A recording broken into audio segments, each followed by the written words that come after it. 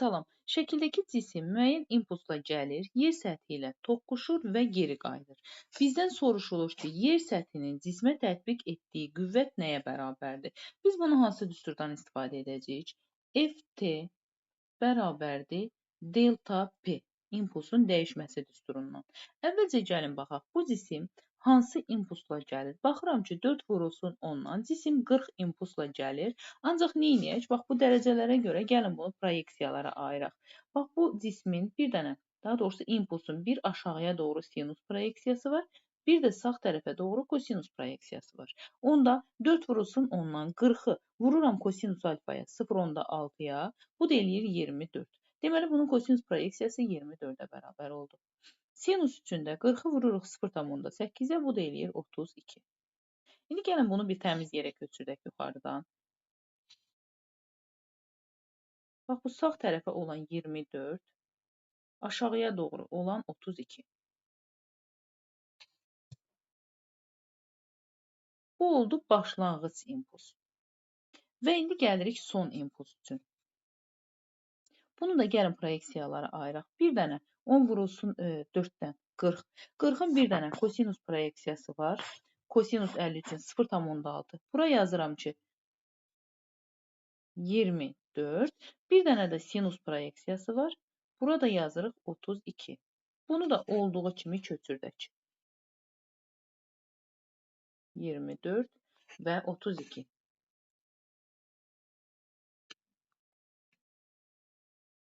Və salam, artıq bu bizə lazım deyil. Bunun üstünü örtürük. İndi gəldik bax bayaqçı şərtə. Burada Ft bərabər idi delta P-yə. Delta P nə deyil deməkdir? Son impulsdan sıxırdıq başlanğıc impulsu. Bu nədir? Yəni son impuls olduğu kimi qalır. Baxın, burada çıxma məsələsi, vektorial cəmiyyətlərin qarşısında çıxılma varsa, bu deməkdir ki, həmin o vektoru, həmin o istiqaməti tam tərsinə çeviririk. İndi sonuncu olduğu kimi qalır. Bax, bu göy rənglə yazdığımız olduğu kimi qalır, ona toxuna bilmərik. Ancaq başlanğıc ki var, qırmızı ilə yazdığımız. Başlanğıcın baxın, qarşısında mənfi var deyən, onun işarələrini dəyişəcəyik. Baxın, bu 24 sola gedir, biz onu sağa doğru çeviririk. Sağa doğru 24. 32 aşağı gəlir, biz onu yuxarıya qaldırırıq. 32. Və salam, onun üstünü örtdük. Hətta gəlin, bax, digər vektorları da aşağı yendirək. Bax, bunları da aşağı olduğu kimi aşağı yendirək. Çünki artıq bunu dəyişə bilmərik. Baxın, 24 gedir sol tərəfə, 32 isə gedir yuxarıya doğru. Kənardan yazım ki, düşsün. 32-ni isə yuxarıya. Uzunluğu özüm uzun qoydum, yer çatsın deyə, o sizi yanıltmasın. Aha. Və salam, indi artıq bunu adi bildiyimiz vektorlar kimi hesablaya bilərik.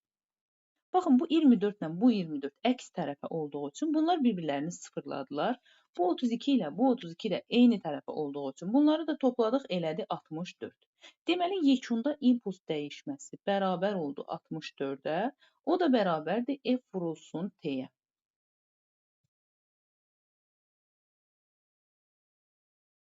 Buradan T-nin yerinə 0,2 yazılıb. Ona görə yazıram ki, 64 bərabərdir 0,2 F-ə. Bizdən soruşulan sadəcə bax bu F-dir. F-i tapmaq üçün nə edirik? 64-ü 0,2-yə bölürük. Bu da eləyir 640 bölünsün 2-dən 320 B variantı.